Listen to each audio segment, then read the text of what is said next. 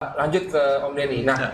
perlunya kan kita juga persiapan nih. Nah, ini kalau tadi ke Om Andoyo, lebih kepada teman-teman yang kena PHK nggak jadi kiamat banget ya, Bang Muhammad gitu ya. Tadi walaupun kena kopi hitam banget gitu ya, kopi hitam manis masih asik gitu ya. Masih asik. Tapi nggak masalah. Tapi bukan berarti kehidupan selesai. Enggak.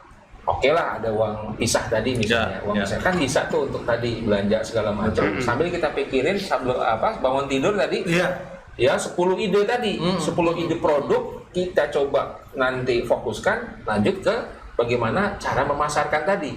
Nah sekarang saya mau ke Om Denny, perlunya jangan sampai kita kata ini peribahasa atau hadis saya lupa.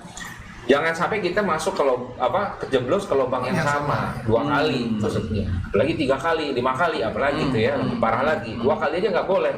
Nah, jangan sampai kita mulai usaha baru, mulai survive, mulai bagus, tiba-tiba kena sebuah jebakan Batman lah gitu ya, perjanjian kerja lah, kerjasama lah, tender bareng lah, nah PKS dan sebagainya. Akhirnya kita jadi demotivasi lagi tuh. Betul. Nah, apa sih yang harus kita siapin? Kalau ada misalnya nih, kita bicara nggak yang karir dulu, bisnis dulu nih, baru nanti fase kedua kita bicara karir. Bisnis sih ada ngajak bareng. Oke, kita kerja bareng, ada perjanjian kerja. Apa sih yang harus dipersiapin? Tips dan triksnya? Ya, jadi memang ini Pak Abi yang sering kita para pengusaha muda, pengusaha baru atau yang menjajaki ya atau peminat usaha, wirausaha dan sebagainya, mereka seringkali menempatkan, sebenarnya ini masalah umum ya, klasik. Yang namanya pengusaha, sebagian besar itu ternyata lebih banyak menempatkan masalah sales, penjualan itu di atas segala-galanya pada saat mulai. Ya. Dalam beberapa kajian, pelajaran atau kajian dari guru-guru saya dulu, itu ada cerita yang menarik nih. Investor, ya, investor dari negara barat, kalau dia datang ke satu lokasi mau invest, yang dia bawa siapa? Yang dia bawa itu orang legal, konsultan hukum yang dia gandeng, bukan orang accounting. Nah kan, nah sebaliknya investor dari negara timur, saya nggak enak lah nyebut nama negaranya lah, barat sama timur aja lah ya, timur, yang mereka bawa siapa? Orang accounting. Kenapa mereka bawa orang accounting? Karena yang dia hitung adalah gimana nih ngitungnya nih? Gue jual berapa nih? Gitu kan? Untung berapa nih? Oh dia ngitungnya untungnya kan? Gimana cara menekan biaya produksi? Gimana investasinya seminim mungkin tapi dapat pengembalian, dapat profit yang sangat tinggi dan sebagainya. Apakah itu salah? Enggak. Itu nggak salah, wajar. Memang namanya bisnis tentu profit arahnya, tujuannya. Kecuali kalau kita ngomong yayasan ya, sosial, itu kita nggak ngomong profit. Profitnya profit akhirat kalau itu, gitu kan. Jadi ini cerita yang menarik yang saya dapatkan dari guru-guru saya, senior saya dulu. Dan memang ternyata di Indonesia ini saya banyak menemui teman-teman yang pada saat mereka memulai usaha, bahkan ini beberapa klien di DHM Partners yang mereka sudah memulai usahanya, sudah di level tengah nih. Jadi sudah bukan investasi kecil lagi, tapi bukan yang super besar, yang menengah. Mereka itu masih banyak yang melupakan atau melewatkan sentuhan-sentuhan legalnya, sentuhan hukumnya. Sebenarnya kalau kita menyebut istilah hukum atau legal, kayaknya kok serem banget sih kan gitu. Ini ngomongnya serem-serem amat gitu. Jadi saya mungkin merubahnya menjadi sentuhan-sentuhan pengamanan. Jadi saya lebih senang menyebutnya bagaimana kita perlu mengamankan usaha yang kita bangun supaya di kemudian hari tidak terjadi masalah-masalah hukum. Nah kan? Supaya kita tidak terjebak tadi kalau kata Pak Abi tadi, ya kan. Nah ini yang perlu kita perhatikan, karena memang karakter dasar kita dalam arti kita di Indonesia termasuk saya ini, biasanya adalah yang penting gue jualan dulu deh, penting gue jualan dulu deh. Terus di sana tiba-tiba berantem rebutan lapak, ya kita berantem aja dah kan gitu tuh. Nah ini yang mungkin perlahan-lahan kita harus mulai improve lah ya.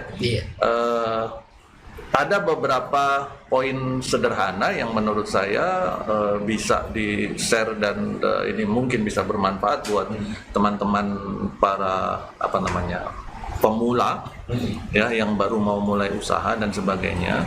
Yang pertama kita harus memahami dulu kita ini berada di bidang apa. Ya. Nah kan, kemudian pahami rambunya. Yang sederhana aja, nggak usah jelimet-jelimet. Bukan berarti kita harus beli bukunya, belajar semua detail enggak, gitu loh. Tapi misalkan contoh nih, kalau saya usaha di bidang makanan misalkan, saya harus tahu mana yang makanan yang boleh dan yang nggak boleh dijual sembarangan misalkan. Jangan sampai saya jual makanan atau kuliner yang ternyata bahannya itu nggak boleh sembarangan. Iya. Jadi itu bahan harus pakai resep dan sebagainya misalkan. Itu hal pertama seperti itu. Masalah perizinan itu biasanya berjalan seiring biasanya.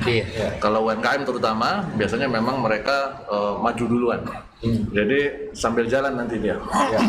Semakin berkembangnya usaha, terus mereka mulai mengurus perizinannya dan sebagainya. Itu sih masih oke saja. Nah, yang menarik pada saat Pak Abi tadi bilang ada saat kita sudah mulai usaha nih, pontang-panting sendirian, masak sendirian gitu ya. Tiba-tiba Pak Umar datang, dan join yuk, gitu kan?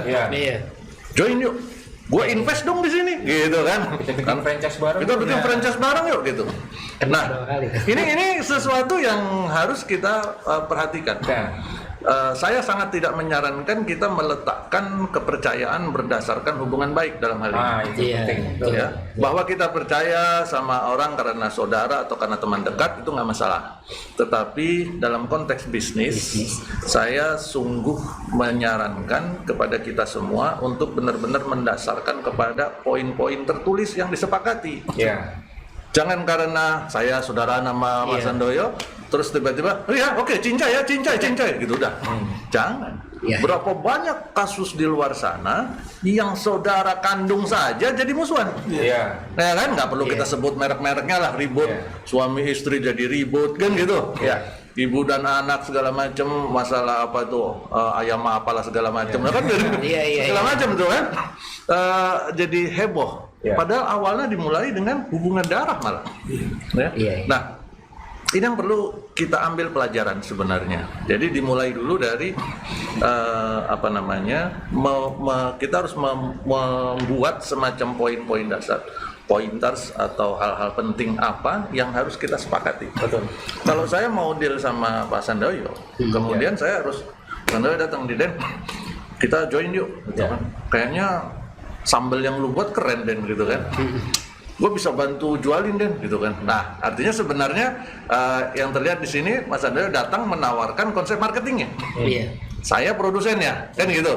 Oke, kerjasama ini kerjasama apa? Nah, saya harus bikin beberapa poin. Poin yang harus saya buat sebagai pemilik asli usaha itu adalah poin-poin yang mengamankan produk kita dulu. Ya kan? Karena kan kita yang punya. Ya kan? Ini kan kita bicara dalam konteks untuk para pemilik usahanya.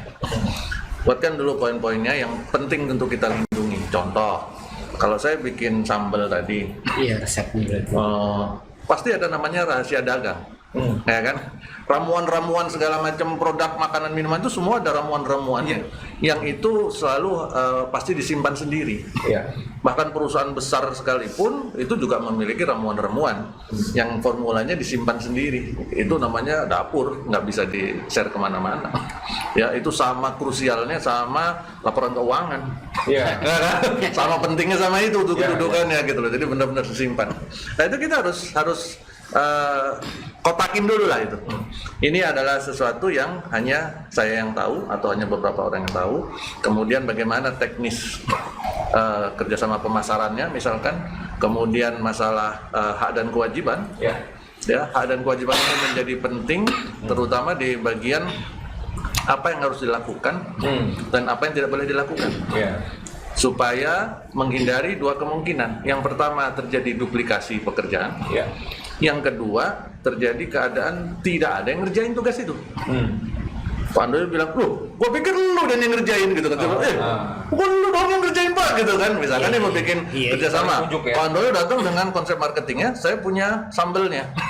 Terus Pak Handoyo pikir konten saya yang buat. Saya pikir kan lu marketing, kan lu yang bikin dong kontennya gitu. Wah udah, kagak ada saling tunggu menunggu dan sebagainya.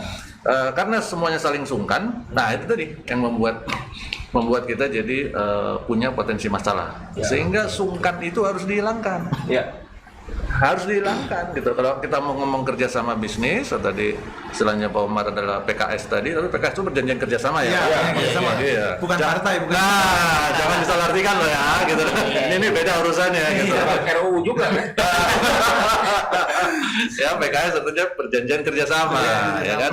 Nah, membuat perjanjian kerjasama tadi itu intinya adalah membuat rambu-rambu. Ya. Mana yang boleh dan mana yang tidak boleh. Dan perlu kita ingat, namanya saja sudah perjanjian kerjasama. Artinya kedudukan sejatinya adalah seimbang. Ya kan? Kerjasama ya. Namanya kerjasama. Kecuali kalau dikerjain bersama-sama itu beda urusannya kan gitu. Tapi kalau perjanjian kerjasama itu seharusnya kedudukan seimbang. Iya. Banyak kita yang saling sungkan satu sama lain, ya. Saya sungkan sama Pak Handoyo, aduh selama ini Pak Handoyo baik sama saya sungkan. Udah terserah Bapak deh gimana gitu. Padahal sebenarnya saya nggak ada kondok dalam hati, kan gitu tuh. Itu nggak sehat. Iya. Di belakang nanti ribut. Iya. Di belakangnya bukan sehari 2 hari, mungkin 5 tahun, 10 tahun, ribut pecah keributan. Iya. Kan? Dasarnya itu dulu, Iya. hilangkan rasa sungkan. Equal ya, seimbang dulu ya. Itu dulu. Ya keseimbangan baru itu. Ya. Betul. Itu Persis. iya. Keseimbangan baru.